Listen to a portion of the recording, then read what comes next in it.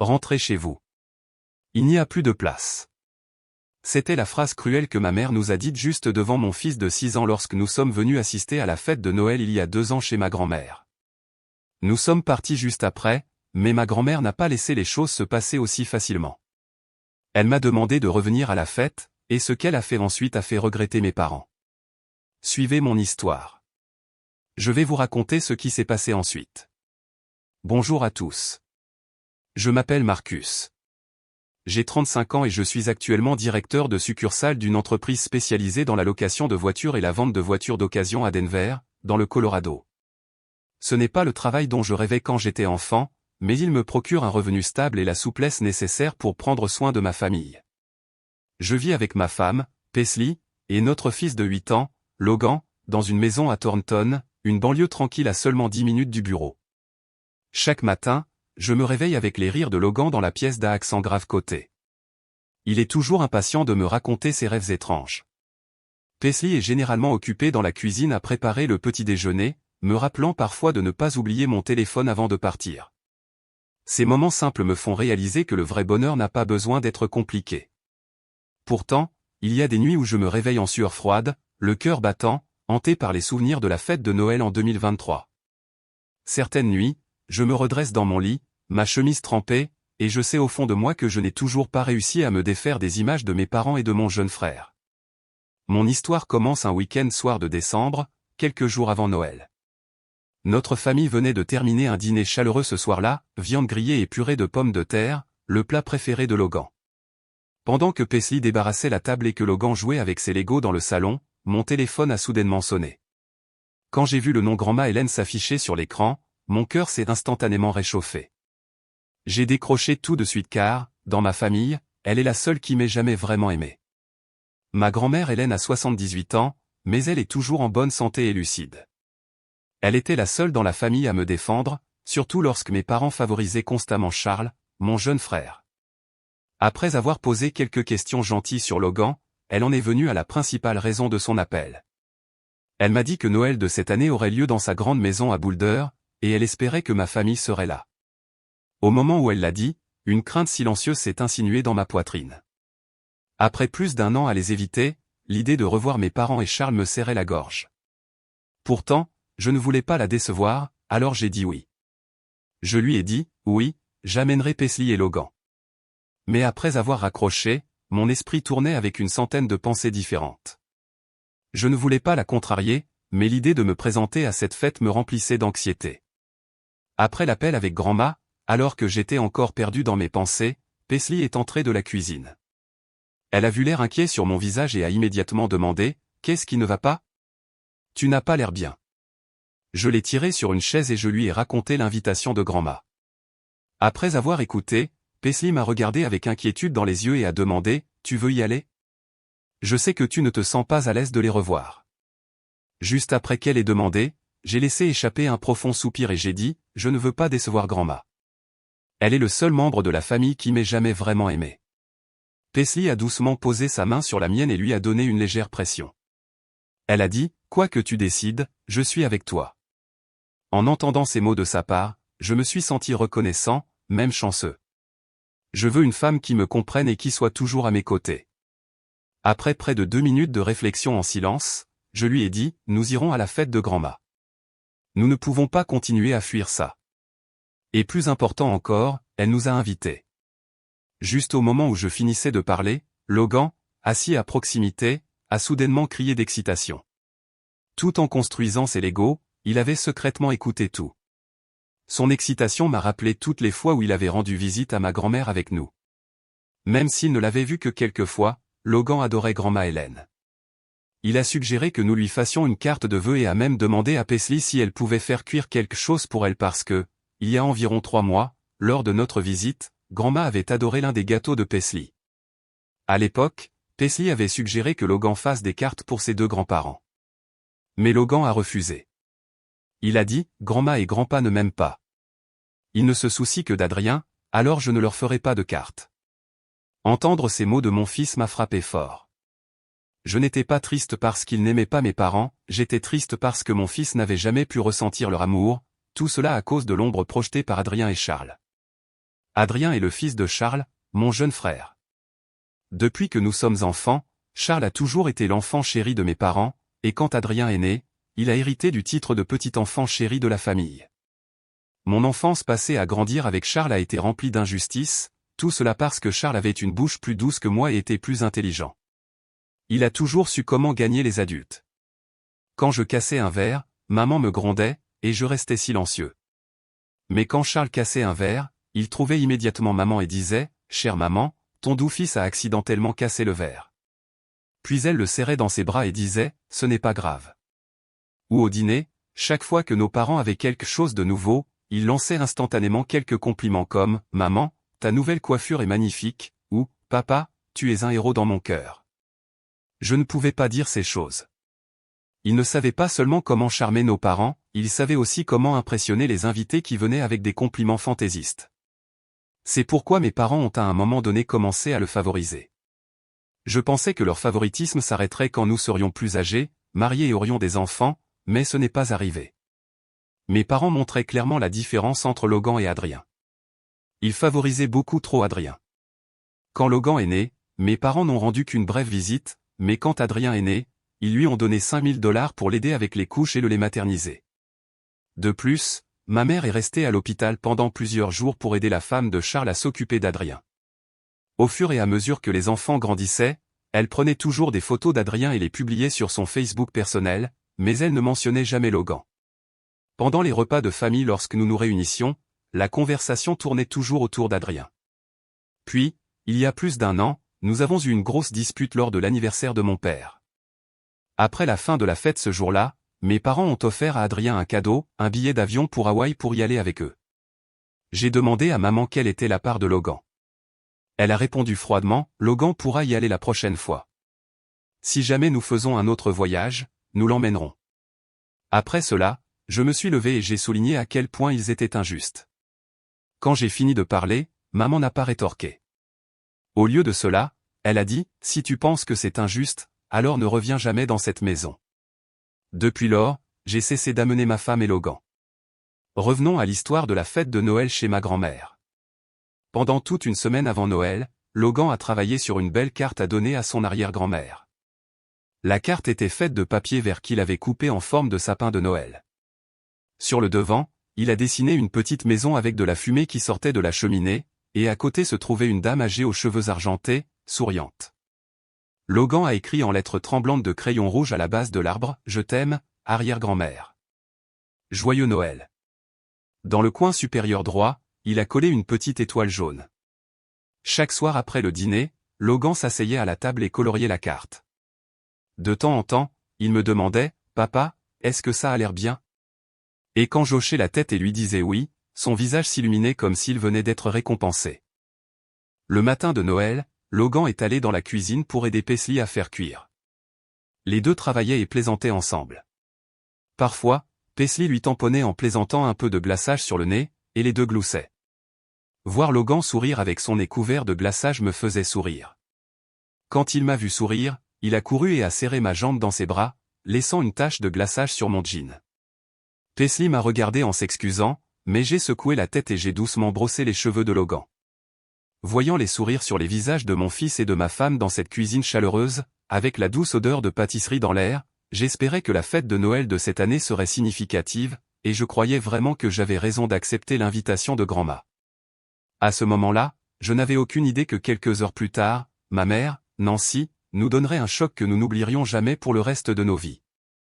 Vers 16 heures, notre famille a quitté Denver et s'est dirigée vers la maison de grand-ma à Boulder. Nous avions prévu d'arriver tôt, avant 17 heures, mais à cause des embouteillages causés par un accident, il était presque 18h30 lorsque nous sommes arrivés. En chemin, Logan était assis sur la banquette arrière, demandant constamment « Quand arriverons-nous chez arrière-grand-mère » Il tenait fermement la carte, inquiet qu'elle ne se froisse. Paisley était assise à côté de moi, jetant parfois un coup d'œil avec un regard anxieux, craignant que nous n'arrivions trop tard. Lorsque notre voiture a tourné dans la rue familière menant à la maison de grand-ma, mon estomac s'est serré. La maison blanche à 2 étages avec le toit en tuiles rouges est apparue, entourée de grands chênes couverts de guirlandes lumineuses de Noël. Devant la maison, l'allée et le trottoir étaient remplis de voitures. J'ai reconnu la Honda Civic bleue de Charles et la Camry argentée de mes parents parmi elles. Il y avait quelques autres voitures que je ne reconnaissais pas, probablement de parents éloignés. À ce moment-là, mon cœur a commencé à battre étrangement et mal à l'aise. Cela faisait plus d'un an que je n'étais pas rentré à la maison ou que je n'avais assisté à aucun rassemblement chez mes parents, depuis le jour où ils avaient favorisé Adrien juste devant Logan. Après avoir trouvé une place de stationnement au bout de la rue, nous avons marché jusqu'à la porte d'entrée de Grand-Ma et avons sonné.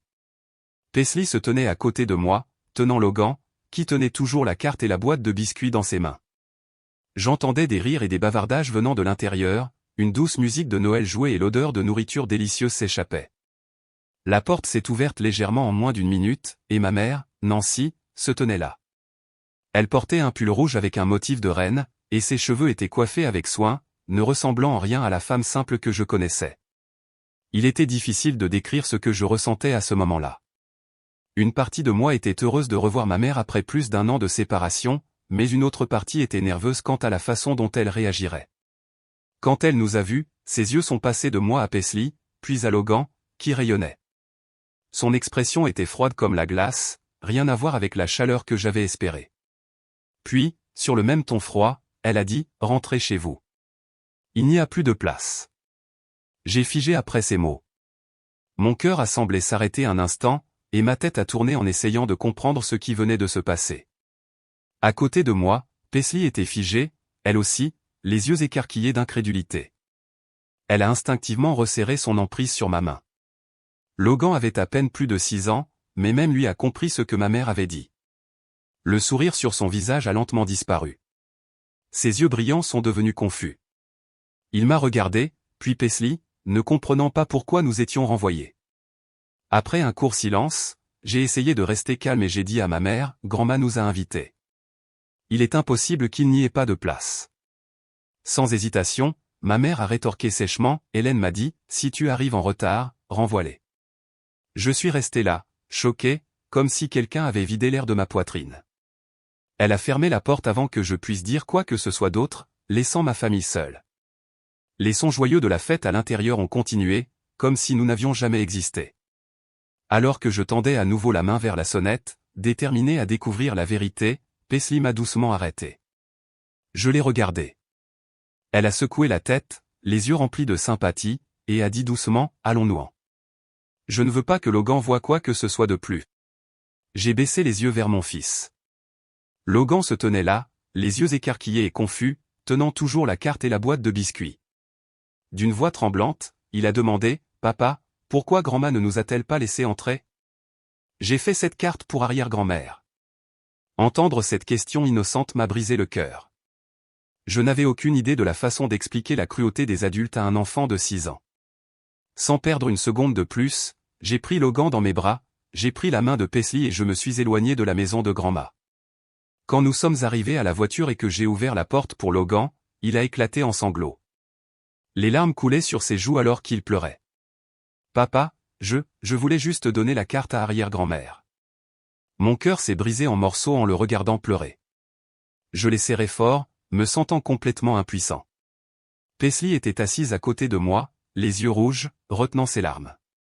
C'est à ce moment-là que je me suis fait une promesse, pour le reste de ma vie, je ne laisserai plus jamais mon fils revoir ma mère, Nancy. Après avoir quitté la maison de grand-ma, j'ai conduit jusqu'à un des nièces à proximité pour dîner.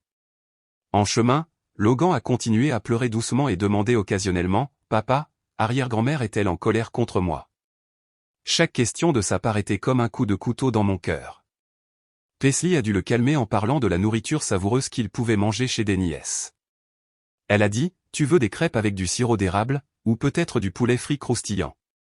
Ils ont même de la barbe à papa. » Logan s'est immédiatement redressé. Ses yeux se sont illuminés quand il a entendu parler de la barbe à papa. Il a applaudi et a dit, « Je veux des crêpes et de la barbe à papa. » J'ai souri de voir avec quelle facilité il rebondissait. C'est ça les enfants, une seconde il pleure à chaudes larmes, et la suivante il rit à nouveau comme si de rien n'était. En regardant Logan dans le rétroviseur, j'ai vu qu'il avait cessé de pleurer. Maintenant, il était juste plein de questions sur la nourriture.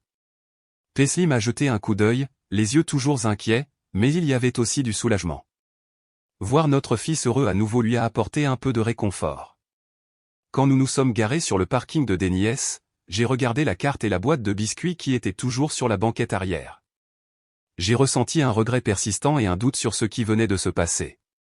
Sachant à quel point ma grand-mère peut être stricte, il ne serait pas hors de son caractère de refuser l'entrée à quelqu'un juste pour être en retard. Mais le fait que ce soit ma mère qui ait délivré le message, c'est ce qui m'a fait douter de tout. Mon téléphone a soudainement sonné alors que nous étions sur le point d'entrer chez Déniès. Quand j'ai regardé l'écran et que j'ai vu le nom Grandma Hélène, j'ai hésité un instant, puis je l'ai mis en silence. Je ne voulais parler à personne à ce moment-là, surtout après ce qui s'était passé. Quand le téléphone a sonné à nouveau, Paisley m'a regardé et a dit doucement, « Tu devrais décrocher. Peut-être qu'il y a un problème. » En l'écoutant, j'ai répondu à l'appel. La voix de Grandma est sortie du haut-parleur, remplie d'inquiétude. « Marcus, tout va bien? Pourquoi n'êtes-vous pas encore arrivé ?» Sa question m'a pris complètement au dépourvu. J'ai rapidement demandé, « N'avez-vous pas dit à ma mère de nous renvoyer parce que nous étions en retard ?» Il y a eu une brève pause. Puis Grandma a répondu, visiblement surprise, « Je n'ai jamais dit ça. » Mon esprit a explosé. Alors, ma mère avait menti. Grandma ne lui avait jamais dit de nous renvoyer. Une vague de colère mêlée de blessures m'a envahi. Je ne pouvais pas croire que ma mère puisse être aussi cruelle, non seulement en nous renvoyant, mais aussi en blâmant Grandma pour le dissimuler. Après un moment de silence, Grandma a parlé à nouveau, son ton sévère. « Revenez. Je vais élucider cette affaire. » J'ai laissé échapper un souffle lent et j'ai répondu, « Je ne pense pas qu'il soit nécessaire d'en faire toute une histoire. Je passerai vous voir une autre fois. » Soudain, Grandma a crié, quelque chose que je n'avais jamais entendu d'elle auparavant. « Revenez tout de suite. » J'étais stupéfait. Je ne l'avais jamais entendue aussi bouleversée, aussi autoritaire. Grandma Hélène, la douce femme qui m'avait toujours parlé d'un ton doux et affectueux, parlait maintenant avec une telle fermeté et une telle colère. Sa voix m'a laissé sans voix. 30 secondes de silence se sont écoulées. Puis sa voix est revenue, plus calme mais toujours résolue. « Je suis désolé d'avoir élevé la voix. S'il vous plaît, ramenez votre famille. Je vais attendre. » Ces sincères excuses ont brisé quelque chose en moi. Grandma avait toujours été la seule personne de la famille qui me comprenait et m'aimait vraiment. Si elle le demandait, je ne pouvais pas dire non. D'une voix calme, j'ai dit, « Nous revenons tout de suite. » Paisley, qui avait entendu toute la conversation, m'a regardé avec compréhension. Elle a hoché la tête et a dit, « Revenons. » Debout devant le restaurant, Logan ne savait pas ce qui se passait. Quand il nous a vus retourner à la voiture, il a demandé, « Maman, papa, on ne mange plus ici ?» J'ai doucement brossé ses cheveux et j'ai dit, « Nous allons voir Grandma Hélène maintenant. » Au moment où j'ai dit cela, Logan a sauté d'excitation. « Papa, alors allons-y. Dépêche-toi. » Juste après cela, nous sommes montés dans la voiture et avons conduit aussi vite que possible, en retournant à la maison de Grandma. 10 minutes plus tard, nous étions à nouveau devant la maison de Grandma. Cette fois, elle était déjà dehors à nous attendre. À côté d'elle se trouvaient des tantes et des oncles éloignés, mes parents, ainsi que Charles et sa famille. La scène devant moi était surprenante.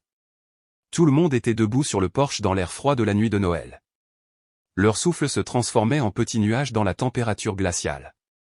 Grandma se tenait au centre avec une expression sévère, tandis que mes parents se tenaient à l'écart, visiblement agacés. Dès que nous sommes sortis de la voiture, Charles, mon jeune frère, a rétorqué avec irritation, « À cause de votre famille, Grandma et nous tous avons dû attendre dehors dans le froid. » Avant même que je puisse répondre, Grandma Hélène a crié d'une voix que je ne lui avais jamais entendue auparavant, « Tais-toi. » Sa voix a résonné dans l'air calme de la nuit. Charles a figé, stupéfait. Il n'a pas dit un mot de plus. Les autres parents sont restés silencieux aussi. Personne n'a osé parler. Puis Grandma s'est approchée de nous. Son expression s'est adoucie. Elle a serré Paisley et moi dans ses bras, puis s'est penchée et a doucement pris la main de Logan. D'une voix douce, elle lui a dit, « Arrière-grand-mère t'attendait depuis longtemps. » Voyant sa gentillesse, Logan a souri, tenant toujours fermement la carte. En entrant dans la maison, je suis passé devant ma mère. J'ai jeté un coup d'œil et j'ai vu son visage pâle, ses yeux évitant les miens. Paisley, marchant à côté de moi, a senti la tension, elle aussi. Elle a serré ma main fermement comme pour me donner de la force. Une fois que nous sommes entrés dans le salon, j'ai vu qu'il avait été magnifiquement décoré pour Noël. Un grand sapin se dressait dans le coin, couvert d'ornements chatoyants et de lumières scintillantes. La table était remplie de nourriture délicieuse attendant d'être servie, et la cheminée crépitait chaleureusement, donnant à la pièce une lueur confortable. Tout était parfait pour une réunion de Noël, à l'exception de la tension suffocante dans l'air. Grand-ma se tenait au centre de la pièce, son visage plus sérieux que je ne l'avais jamais vu. D'une voix claire et résolue, elle a dit, avant de poursuivre cette célébration, certaines choses doivent être réglées. La pièce est tombée dans un silence complet. Personne n'a osé tousser ou même bouger. Les parents se tenaient le long des murs. Charles et sa femme se tenaient près d'Adrien, et mes parents flottaient près du fond, comme s'ils essayaient de disparaître. Soudain, Grand-ma s'est tournée vers ma mère et a rugi avec une autorité indubitable. « Nancy, y a-t-il quelque chose que tu aimerais me dire ou à Marcus et à sa famille ?» Tous les yeux dans la pièce se sont tournés vers ma mère. Elle n'a rien dit, est restée là, pâle comme un linge, les mains tremblantes, incapable de croiser le regard de qui que ce soit. Quand elle n'a pas parlé, Grand-ma a continué, son ton plus ferme maintenant. « C'est ma maison, pas la tienne. Qui t'a donné le droit de renvoyer Marcus et sa famille ?» Cette question a frappé comme une gifle. Ma mère a balbutié, essayant de se défendre. Je n'ai pas fait ça. Marcus ment. Je n'ai renvoyé personne. » L'entendant toujours nier, essayant de me faire porter le chapeau, Grand-ma a coupé avec une voix qui pouvait geler l'eau. « Assez. » Puis elle s'est tournée vers l'oncle Bruce, un voisin de longue date qui l'aidait souvent à réparer des choses dans la maison. Elle a appelé « Bruce », mets les images de la porte d'entrée. L'oncle Bruce a pris la tablette des mains de Grand-ma sans hésitation. Il était bon en technologie et l'aidait souvent à configurer et à utiliser des appareils électroniques. Il a ouvert l'application de caméra de sécurité avec des doigts rapides et exercés et a trouvé les images de notre arrivée. La pièce était si silencieuse qu'on pouvait entendre le tic-tac de l'horloge murale. Logan se tenait à côté de moi, tenant toujours sa carte, confus partout. Paisley tenait ma main fermement, tous les deux tendus en attendant. Quelques secondes plus tard, la voix familière est sortie du haut-parleur de la tablette, forte et claire. « Rentrez chez vous. Il n'y a plus de place. » Mes parents ont figé. Leurs visages sont devenus pâles. Leurs yeux fixaient la tablette comme si c'était un monstre. Puis la deuxième phrase est arrivée, encore plus froide et plus tranchante. Hélène m'a dit, « Si tu arrives en retard, je devais te renvoyer. » La voix était indubitablement celle de ma mère, plate, sans émotion et cruelle. J'ai regardé autour de moi. Les expressions sur les visages de mes parents et de la famille de Charles étaient comme celles de personnes qui venaient d'être prises en flagrant délit. Charles gardait la tête baissée, incapable de regarder qui que ce soit dans les yeux. Sa femme tenait Adrienne fermement, la protégeant de ce qui se déroulait. Mon père, Denis, se tenait figé, le visage vidé de toute couleur, et ma mère tremblait si fort qu'on aurait dit qu'elle allait s'effondrer. Des murmures ont commencé à se répandre dans la pièce. Des parents ont commencé à murmurer entre eux, leurs yeux lançant des regards accusateurs vers mes parents. Personne ne pouvait croire que Nancy, la femme qu'ils avaient toujours considérée comme gentille, puisse être si cruelle envers son petit-fils. Quand toute la pièce eut tout entendu, l'oncle Bruce a éteint la vidéo et posé la tablette. Son visage, lui aussi, montrait une colère silencieuse face à ce qui venait d'être révélé. L'air autour de moi était lourd de tension, presque difficile à respirer.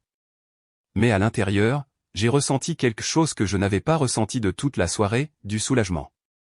J'ai ressenti un calme sentiment de satisfaction car, enfin, la vérité avait éclaté. Peu de temps après, la pièce a commencé à s'agiter avec du bruit. Les invités ont commencé à prendre la parole, critiquant ouvertement ma mère. Janet, la cousine de mon père, a secoué la tête et a dit « Nancy, je n'aurais jamais pensé que tu pouvais faire quelque chose comme ça. » Du coin de la pièce, l'oncle Mike, un autre cousin de mon père, a ajouté « C'est trop. Noël, c'est la famille réunie. Personne avec un cœur ne chasserait son fils et son petit-fils d'une célébration. Même les animaux ont plus de compassion que toi, Nancy. » Les voix de désapprobation se sont répandues rapidement. Les chuchotements se sont transformés en remarques bruyantes. Ma mère se tenait là, complètement isolée. Pas une seule personne n'a pris sa défense. 2 minutes plus tard, grand-mère a levé la main, et instantanément la pièce s'est tue. Son autorité dans la famille était absolue. Quand elle faisait un geste, personne n'osait désobéir. Puis, d'une voix aussi froide que la glace, elle a déclaré, à partir de cet instant, je n'ai plus de fils nommé Denny, et je n'ai pas de belle-fille nommée Nancy. Les mots ont frappé la pièce comme un éclair. Mon père, Denny, a crié d'une voix désespérée, « Maman, tu ne peux pas faire ça. » Ma mère a fondu en larmes, sanglotant alors qu'elle suppliait, « Je sais que j'ai eu tort. Je suis désolée. Je n'aurais pas dû faire ça. » Mais grand-mère était décidée. Son visage était dur comme la pierre, impassible et résolu. Elle avait enduré l'injustice dans notre famille pendant bien trop longtemps. Avant qu'il ne puisse parler à nouveau, elle a parlé haut et fort, son ton plein de finalité. Vous avez 30 jours pour quitter la maison dans laquelle vous vivez. Le domaine de Highlands Ranch sera transmis à Marcus et à sa famille. Demain matin, je commencerai à transférer la propriété, et un avis d'expulsion officiel sera émis. Il se tenait là, sous le choc. La maison dans laquelle mes parents vivaient appartenait légalement à grand-mère, et le domaine de Highlands Ranch, l'une de ses propriétés les plus précieuses, était maintenant transféré à nous. Mon père a balbutié, sa voix tremblant. Tu ne peux pas faire ça. Je suis ton fils. Grand-mère l'a regardé droit dans les yeux et a dit, sa voix lourde de déception, tu as cessé d'être mon fils quand tu as favorisé Charles par rapport à Marcus. Maintenant, partez. Ces mots ont atterri avec finalité. Denny et Nancy sont restés figés comme des statues, incapables d'accepter ce qui venait de se passer. Quelques instants plus tard, ils se sont retournés et sont sortis silencieusement, la tête baissée, incapables de croiser le regard de quiconque. Après le départ de mes parents, Charles, mon jeune frère, est resté. Il a regardé grand-mère, sa voix tendue d'inquiétude, et a demandé, « Et moi ? Je suis aussi ton petit-fils. » Sa question a pris tout le monde au dépourvu. Grand-mère s'est tournée vers lui, ses yeux froids et son expression illisible. Elle a répondu simplement, « Tu n'auras pas ta part. Tu as vu tes parents maltraiter Marcus et tu n'as rien dit. Tu en as même tiré de la fierté. Ne crois pas que je ne l'ai pas remarqué. » Charles a essayé de se défendre.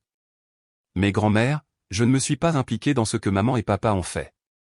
J'ai juste... » Grand-mère a levé la main, le coupant avant qu'il ne puisse finir. Puis elle a dit, « Tu es resté silencieux face à l'injustice et tu en as profité. Cela te rend complice. » En entendant cela, le visage de Charles est devenu rouge de frustration. Il a attrapé la main de sa femme et a tendu la main vers Adrien. Parlant entre ses dents serrées, « Très bien, si c'est comme ça, nous partons. » Avant de sortir, Charles s'est retourné et m'a regardé droit dans les yeux, ses yeux remplis d'amertume. Il a crié, « Es-tu content maintenant, Marcus ? Tu as déchiré toute cette famille. » Je suis resté silencieux. Je n'ai pas répondu. Au fond de moi, je ne me sentais ni fier ni victorieux. Je ressentais seulement une profonde et calme tristesse pour tout ce qui était perdu. Charles est sorti en trombe, entraînant sa femme et son fils avec lui. Adrien, autrefois le petit-fils préféré, avait maintenant l'air d'un enfant confus, complètement perdu dans une situation qu'il ne comprenait pas. Alors que la porte se refermait, la pièce retomba dans le silence. Les parents restants m'ont regardé avec des yeux remplis de sympathie, comme s'ils venaient d'assister à la fin d'une ère. À ce moment-là, j'ai vu ce qui m'attendait, les retombées et les conséquences de la décision de grand-mère. Après leur départ, grand-mère a demandé à ce que la fête continue. Elle a doucement frappé dans ses mains et a dit à tout le monde, « Profitons de cette nuit de Noël. C'est un moment pour que les vraies familles soient ensemble. » L'atmosphère dans la pièce est progressivement revenue à la normale. Les parents restants ont fait de leur mieux pour mettre de côté ce qui venait de se passer et se concentrer sur la célébration. Les rires et les bavardages sont lentement revenus, bien qu'un peu raides au début. Quant à Logan, il attendait ce moment toute la semaine. Il a couru vers son arrière-grand-mère avec la carte dans ses mains. Timidement, il l'a brandie et a dit, « Arrière-grand-mère, voici le cadeau de Noël que j'ai fait pour toi. » Grand-mère a immédiatement pris la carte, ses yeux s'illuminant en regardant les dessins enfantins. Elle a serré Logan fort dans ses bras et a dit d'une voix chaleureuse, « Merci, mon chéri. J'encadrerai cette carte et je l'accrocherai au mur du salon pour que tout le monde la voie. » Logan souriait jusqu'aux oreilles, ravi que son cadeau soit apprécié. Plus tard, ma femme a sorti les biscuits qu'elle avait faits ce matin pour que tout le monde en profite. Les biscuits aux pépites de chocolat étaient soigneusement décorés de bonbons colorés. Nos parents et voisins n'arrêtaient pas de les complimenter. Janet a dit, « Paisley, ces biscuits sont incroyables. Peux-tu partager la recette ? L'oncle Bruce a hoché la tête. Oui, il me rappelle mon enfance. Grand-mère a aidé à couper et à servir les biscuits, son visage plus lumineux qu'il ne l'avait été depuis longtemps. C'était comme si un lourd fardeau avait enfin été levé de ses épaules, en regardant tout le monde s'amuser. J'ai tranquillement remercié pour ce que grand-mère avait fait pour notre famille. Ce soir-là, comme il se faisait tard et que la neige avait commencé à tomber, nous avons passé la nuit chez grand-mère. Logan a dormi avec son arrière-grand-mère, tandis que Paisley et moi sommes restés dans le salon. J'ai dormi plus profondément que je ne l'avais fait depuis des années, comme si j'avais enfin été libéré d'un cauchemar qui avait duré bien trop longtemps.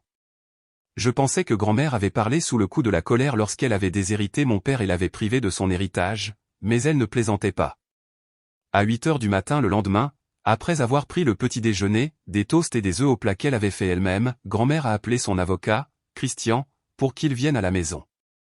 Il était son avocat depuis des années, un homme bien habillé d'une 60aine d'années avec des cheveux argentés et une présence calme et professionnelle. Quand monsieur Christian est arrivé, grand-mère s'est assise à la table à manger pour examiner les procédures juridiques. Paisley et moi étions assis à proximité, tandis que Logan jouait avec les jouets que grand-mère avait mis à sa disposition.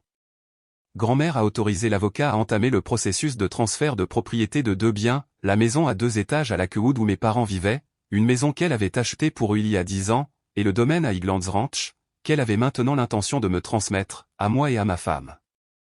Ensemble, ces 2 propriétés valaient près de 2 millions de dollars.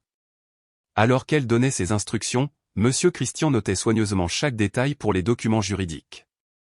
Elle lui a également demandé d'envoyer un avis officiel exigeant que mes parents quittent la maison de Lakewood dans les 30 jours. Monsieur Christian a hoché la tête et a répondu « Je vais tout préparer et envoyer les documents officiels plus tard dans la journée ». À ce moment-là, je me suis senti profondément reconnaissant envers grand-mère, non pas à cause de l'argent ou de la propriété, mais à cause de l'équité et de la justice qu'elle avait apportée à notre famille. Après le départ de l'avocat, je me suis levé, je l'ai serré fort dans mes bras et j'ai dit avec émotion dans ma voix « Merci, grand-mère ». Je ne sais pas quoi dire d'autre. Elle m'a doucement tapoté le dos et a souri. Je fais juste ce qui est juste. Avant de rentrer chez nous, elle a serré Logan fort dans ses bras et nous a dit « La prochaine fois que vous viendrez nous rendre visite, assurez-vous de faire plus de biscuits pour que je les donne aux voisins. » Ils ont adoré les biscuits de Paisley. Sa simple requête a fait rire Paisley et moi. Je lui ai dit « Si tu veux, nous pouvons faire des biscuits tous les jours et te les apporter. » Alors que notre voiture s'éloignait de sa maison, j'ai regardé dans le rétroviseur et je l'ai vu nous dire au revoir sur le porche. Et à ce moment-là, j'ai su avec certitude que nos vies étaient entrées dans un nouveau chapitre. Je pensais que mes parents s'en iraient tranquillement après ce qui s'était passé chez grand-mère, mais ils ne l'ont pas fait. Au lieu d'assumer les conséquences de leurs actes, ils se sont défendus de manière imprudente. Lorsqu'ils ont reçu l'avis d'expulsion de Christian, l'avocat de grand-mère, ils sont arrivés chez elle en exigeant des réponses. Peut-être pensait-il qu'il pourrait la convaincre de revenir sur sa décision ou au moins la faire se sentir coupable. Après leur départ, grand-mère m'a appelé. Sa voix semblait fatiguée.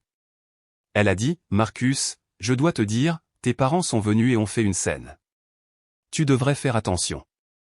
Ils pourraient aussi se pointer chez toi. » Grâce à son récit, j'ai appris davantage sur ce qui s'était passé. Mon père avait crié, exigeant qu'elle reprenne tout. Ma mère a pleuré, disant que grand-mère était en train de déchirer la famille, mais grand-mère est restée ferme. Finalement, elle a menacé d'appeler la police avant qu'ils ne partent finalement. Et comme elle l'avait averti, cet après-midi même, alors que je rentrais du travail, mes parents et la famille de Charles se tenaient devant ma maison à Thornton. Je venais de me garer dans le garage quand j'ai vu leur visage, plein de colère, à ma porte d'entrée. Alors que je sortais, Charles s'est avancé, le visage rouge de rage. Il m'a pointé du doigt et a dit amèrement, « Tu vas t'étouffer avec ce manoir, Marcus. » Ma mère se tenait à côté de lui, les yeux rouges d'avoir pleuré, mais sa voix était remplie de haine. « Je regrette de t'avoir donné naissance. » Cette phrase, venant de ma mère, m'a laissé stupéfait. Je suis resté figé un instant, mais j'ai tenu bon. J'ai refusé de laisser les émotions prendre le contrôle. Quelques secondes plus tard, mon père s'est avancé, sa voix basse et menaçante. Si tu veux toujours que nous te considérions comme faisant partie de la famille, tu ferais mieux de renoncer à une partie de ce que grand-mère t'a donné. Ils m'ont crié dessus et m'ont insulté pendant près de 2 minutes. Les voisins ont commencé à regarder par leurs fenêtres, curieux du tumulte. Au lieu de me disputer ou d'essayer de raisonner avec eux, j'ai calmement sorti mon téléphone et composé le 911. Lorsque la ligne s'est connectée, j'ai dit clairement « Bonjour, il y a des individus devant ma maison qui me menacent ». En entendant cela, mon père a crié « Tu appelles la police sur ton père ?» Je l'ai regardé droit dans les yeux et j'ai répondu froidement « Êtes-vous confus ? Je ne sais pas qui vous êtes. » Cette phrase l'a frappé comme une gifle. Il est resté là sans voix, le visage rouge de rage. Même Charles avait l'air choqué. Il ne s'attendait pas à ce que je me défende comme ça. Un instant plus tard, la femme de Charles a tiré sur son bras et a dit « Allons-y. La police va arriver d'une minute à l'autre. » Ne voulant pas être arrêtés pour harcèlement, ils sont partis à contre-cœur. Mes parents sont montés dans leur voiture, leur visage rempli de haine. Charles m'a lancé un dernier regard rempli de ressentiment avant qu'il ne s'éloigne. 15 minutes plus tard, 2 policiers sont arrivés. Je les ai invités à l'intérieur et leur ai tout expliqué du début à la fin. Je leur ai également montré les images de notre caméra de surveillance, qui montraient clairement les menaces. L'officier Johnson, un homme d'âge moyen expérimenté, a pris des notes détaillées. Il a demandé « Souhaitez-vous déposer un rapport officiel ?» Sans hésitation, j'ai hoché la tête et je lui ai dit « Oui, je veux que cela soit documenté afin de pouvoir demander une ordonnance restrictive. J'ai peur qu'il continue de harceler ma famille. » Juste une semaine plus tard, mes parents et la famille de Charles ont reçu un avis officiel du tribunal. Il leur était légalement interdit de s'approcher de ma famille pendant les 3 prochaines années. Pas de visite, pas d'appel téléphonique, pas de courriel, pas de contact sous quelque forme que ce soit. Lorsque j'ai reçu ma copie de l'ordonnance du tribunal, j'ai ressenti une vague de soulagement. Enfin, ma petite famille était protégée des personnes même qui nous avaient causé tant de douleur. Précisément 30 jours après avoir reçu l'avis de Christian, mes parents ont quitté la maison. Cet après-midi-là, je suis allé vérifier l'endroit et je l'ai trouvé vide. Ils avaient laissé derrière eux de vieux meubles et des taches sur les murs, mais au moins ils s'étaient conformés à l'ordonnance du tribunal. Nous n'avons pas emménagé. La maison à Lakewood, bien que belle, contenait trop de souvenirs douloureux de l'ancienne famille. Au lieu de cela, j'ai embauché des entrepreneurs pour la rénover complètement, peinture fraîche, moquette neuve, réparation partout. Une fois les travaux terminés, je l'ai loué à une famille de 6 personnes pour $2000 par mois. Quant au domaine à Highlands Ranch que grand-mère nous avait donné, nous n'y avons pas emménagé non plus. Paisley et moi avons convenu que nous resterions dans la maison que nous avons achetée ensemble à Thornton, celle que nous avons construite de toutes pièces, remplie de souvenirs et de sens. C'était notre vraie maison. Le domaine s'était détérioré au fil des ans en raison d'un manque d'entretien adéquat. J'ai investi environ $150 000 pour le restaurer entièrement, en améliorant la plomberie et les systèmes électriques, en installant des planchers de bois franc, en modernisant la cuisine et en aménageant le jardin. Après la rénovation, je l'ai rendu à Premium Property Management pour l'entretenir et le louer. Selon l'accord de location, je gagne maintenant entre $6 000 et $10 000 par mois grâce à cela.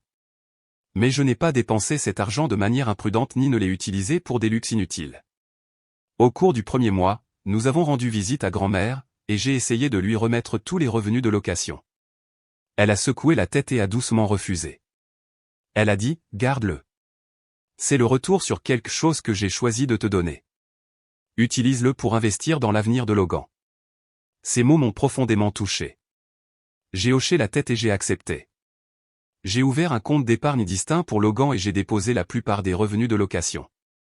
Après tout ce que nous avions traversé, je me sentais incroyablement chanceux d'avoir grand-mère dans ma vie, non seulement parce qu'elle nous a donné ses propriétés, mais parce qu'elle m'a appris la valeur réelle de l'équité et de l'amour véritable. Plus d'1 an s'est écoulé depuis cette nuit de Noël fatidique. La vie a changé d'une manière que je n'aurais jamais pu imaginer. Mes parents vivent maintenant dans une autre ville, Phoenix, en Arizona, survivant grâce à leurs prestations de retraite. Fini la grande maison et tout le confort que grand-mère leur avait offert pendant de nombreuses années. D'après ce que j'ai entendu dire par des parents éloignés, ils louent un petit appartement et vivent modestement grâce à leur chèque mensuel de sécurité sociale. Charles ne m'a pas parlé depuis ce jour-là. Lui et sa famille ont déménagé au Texas pour recommencer à zéro. Adrien, autrefois le petit-fils d'Or, n'est plus qu'un lointain souvenir du passé.